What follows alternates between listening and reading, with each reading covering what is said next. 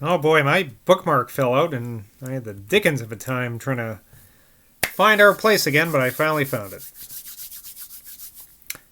On Tuesday, July 26th, I found Mr. Johnson alone.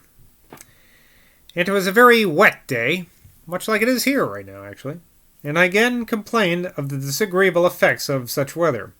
Johnson said, "Sir, this is all imagination, which physicians encourage, for man lives in air as a fish lives in water, so that if the atmosphere press heavy from above, there is an equal resistance from below.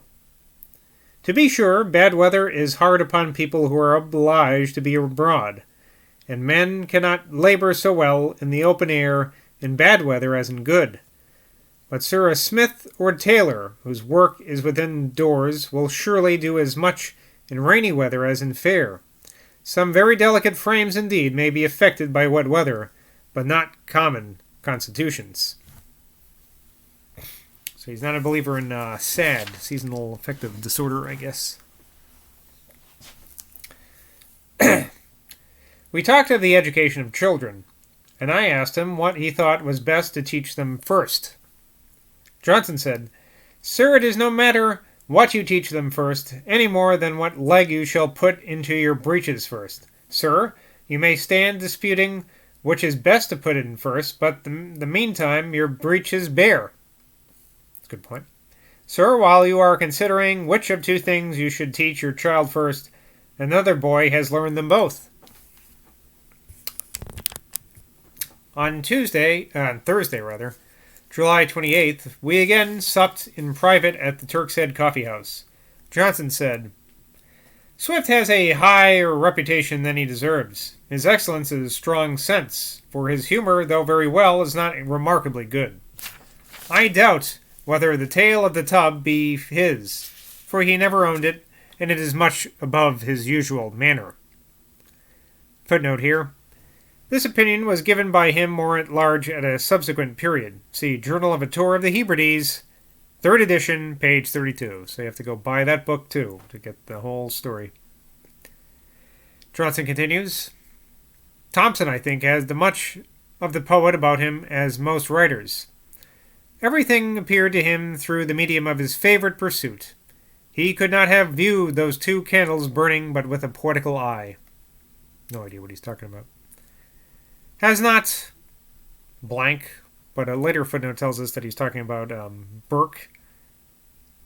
Has not Burke, so I'm just going to put that in there. Has not Burke a great deal of wit, sir? Said Boswell. Johnson said, "I do not think so, sir. He is indeed continually attempting wit, but he fails. And I have no more pleasure in hearing a man attempting wit and failing than in seeing a man trying to leap over a ditch and tumbling into it." He laughed heartily, like I just did, when I mentioned to him a saying of his concerning Sir Mr. Thomas Sheridan, which Foote took a wicked pleasure to circulate. "Why, sir, sherry is dull, naturally dull, but it must have taken him a great deal of pains to become what we now see him. Such an excess of stupidity, sir, is not in nature." "So," said Johnson, "I allowed him at all his own merits." Johnson now added, "Sheridan cannot bear me. I bring him declamation to a point. I ask him a plain question. What do you mean to teach? Besides, sir, what influences can Mr. Sheridan have upon the language of this great country by his narrow exertions? Sir, it is burning a farthing candle at Dover to show light at Calais." Talking of a young man, a later footnote tells us this is Boswell. He's talking about himself, I guess. Talking of a young man who was uneasy from thinking that he was very deficient in learning and knowledge, Johnson said, "A man has no reason to complain who holds a middle place and has many below him, and perhaps he has not 6 of his years above him, perhaps not 1. Though he may not know anything perfectly, the general mass of knowledge that he has acquired is considerable. Time will do for him all that is wanting. The conversation then took a philosophical turn. Johnson said, "Human experience, which is constantly contradicting theory, is the great test of truth. A system built upon the discoveries of a great many minds is always of more strength than what is produced by the mere workings of any one mind, which of itself can do little. There is not so poor a book in the world that would not be a prodigious effort were it wrought out entirely by a single mind without the aid of prior investigators. The French writers are superficial because they are not scholars, and so proceed upon the mere power of their own minds, and we see how very little power they have." Ooh, burn. Burn, Rousseau. As to the Christian religion, sir, besides the strong evidence which we have for it, there is a balance in its favor from the number of great men who have been convinced of its truth after a serious consideration of the question. Grotius was an acute man, a lawyer, a man accustomed to examine evidence, and he was convinced. Grotius was not a recluse, but a man of the world, who certainly had no bias to the side of religion. Sir Isaac Newton set out an infidel and came to be a very firm believer. He this evening again recommended to me to perambulate Spain. I fully intended to have followed advice of such weight, but having stayed much longer both in Germany and Italy than I proposed to do, and having also visited Corsica, I found that I had exceeded the time allowed me by my father, and hastened to France in my way homewards. Anyway, I said it would amuse him to get a letter from me dated at Salamanca. Johnson said, "I love the University of Salamanca, for when the Spaniards were in doubt of the lawfulness of their conquering of America, the University of Salamanca gave it as their opinion that it was not lawful." He spoke this with a great emotion, and with the generous warmth which dictated the lines in his London against Spanish encroachment. I expressed my opinion of my friend Derrick as but a poor writer. Johnson said, "To be sure, sir, he is. But you are to consider that his being a literary man has got for him all that he has. It has made him king of Bath. Sir, he has nothing to say for himself but that he is a writer. Had he not been a writer, he must have been sweeping the crossings in the streets and asking halfpence from everybody that passed."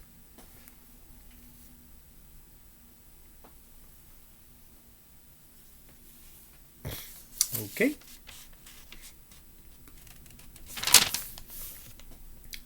In justice, however, to the memory of Mr. Derrick, who was my first tutor in the ways of London, and showed me the town in all its variety of departments, both literary and sportive, the particulars of which Dr. Johnson advised me to put in writing, it is proper to mention what Johnson, at a subsequent period, said of him both as a writer and as an editor. "Sir, I have often said that if Derrick's letters had been written by one of a more established name, they would have been thought very pretty letters." And I said Derrick to Dryden's relations to gather materials for his life, and I believe he got all that I myself should have got. Poor Derrick! I remember him with kindness. Yet I cannot withhold from my readers a pleasant humorous sally which could not have hurt him had he been alive, and now is perfectly harmless. It is in his collection of poems. There is one upon entering the harbor of Dublin, his native city, after a long absence. It begins thus: "Eblana, much loved city hail, where first I saw the light of day." And after a solemn reflection on his being numbered with forgotten dead, there is the following stanza: "Unless my lines protract my fame, and those who chance to read them cry, 'I knew him, Derrick was his name, in yonder tomb his ashes lie. Which was thus happily parodied by Mr. John Home, to whom we owe the beautiful and pathetic tragedy of Douglas. Unless my deeds protract my fame, and he who passes sadly sings, I knew him, Derrick was his name, on yonder tree his carcass swings. Oh, how droll! I doubt much whether the amiable and ingenious author of these burlesque lines will recollect them, for they were produced exemptor one evening while he and I were walking together in the dining room at Englandtown Castle in 1760, and I have never mentioned them to him since. Johnson once said to me, Sir, I honor Derrick for his presence of mind. One night, when Floyd, another poet-author, was wandering about the streets of the night, he found Derrick fast asleep upon a bulk. Upon being suddenly waked, Derrick started up. My dear Floyd, I am sorry to see you in this destitute state. Will you go home with me to my lodgings? Floyd published a biographical work containing an account of eminent writers in 3 volumes. Footnote. I again begged Johnson advice as to my method of study at Utrecht. Come, said Johnson, let us make a day of it. Let us go down to Greenwich and dine and talk of it there. The following Saturday was fixed for this exertion. As we walked along the Strand tonight, arm in arm, a woman of the town accosted us in the usual enticing manner. No, no, my girl, said Johnson, it won't do. He, however, did not treat her with harshness, and we talked of the wretched life of such women, and agreed that much more misery than happiness upon the whole is produced by illicit commerce between the sexes. On Saturday, July 30th, Dr. Johnson and I took a sculler at the Temple Stairs and set up for Greenwich. I asked him if he really thought a knowledge of the Greek and Latin languages an essential requisite to a good education. Johnson said, Most certainly, sir, for those who know them have a very great advantage over those who do not. Nay, sir, it is wonderful what a difference learning makes upon people even in the common intercourse of life, which does not appear to be much connected with it. And yet, said I, people go through the world very well and carry on their business of life to good advantage without learning. Johnson said, Why, sir, that may be true in cases where learning cannot possibly be of any use. For instance, this boy rose us as well without learning as he could sing the song of Orpheus to the Argonauts, who were the first sailors. He then called to the boy, What would you give me, my lad, to know about the Argonauts? Sir, said the boy, I would give what I have. Johnson was very much pleased with his answer, and we gave him a double fare. Yeah, kissing up to the... Dr. Johnson then turned to me.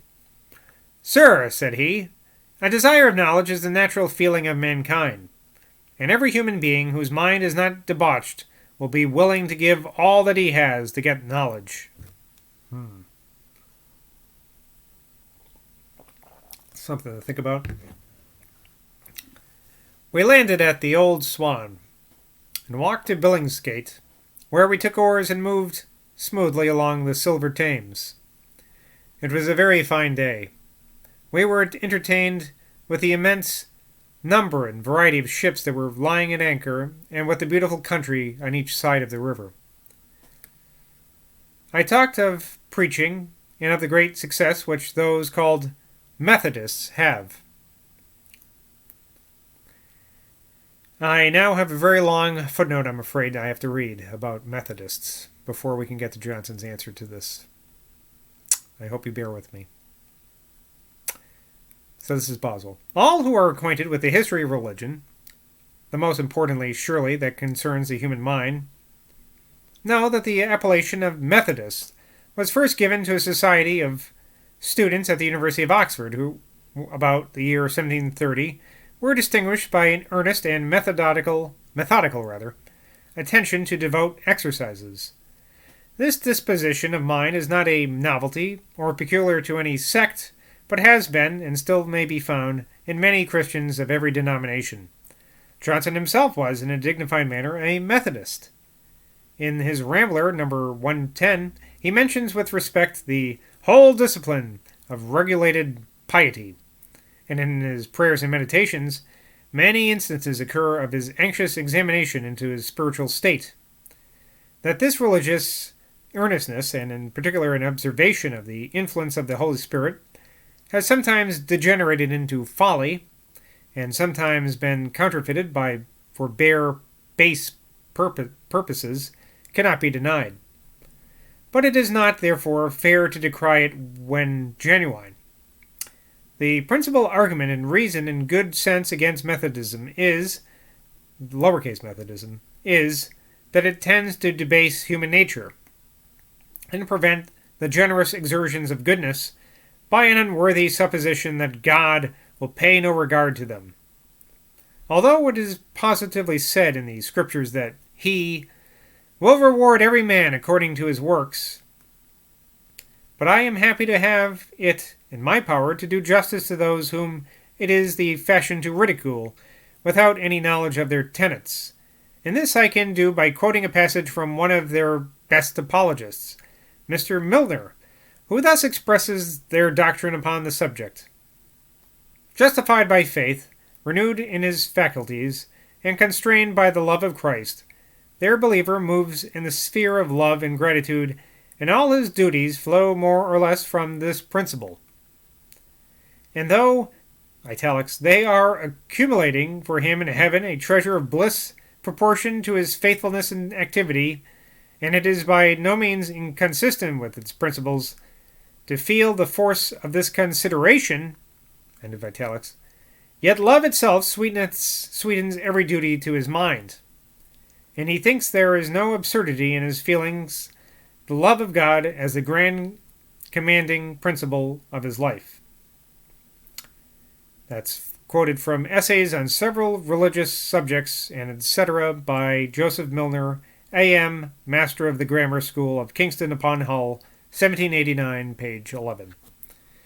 Whew! So basically all Boswell's saying there is that Methodists, they're okay. You know, people make fun of them, but they're fine. So that's the footnote. Johnson's reply to just hearing about Methodists in general. Johnson, Sir, it is owing to their expressing themselves in a plain and familiar manner, which is the only way to do good in the common people, and which clergymen of genius and learning ought to do from a principle of duty, when it is suited to their congregations, a practice for which they will be praised by men of sense. To insist against drunkenness as a crime because it debases reason, the noblest faculty of man, would be of no service to the common people. But to tell them that they may die in a fit of drunkenness and show them how dreadful that would be, cannot fail to make a deep impression. Sir, when your Scotch clergy give up their homely manner, religion will soon decay in that country.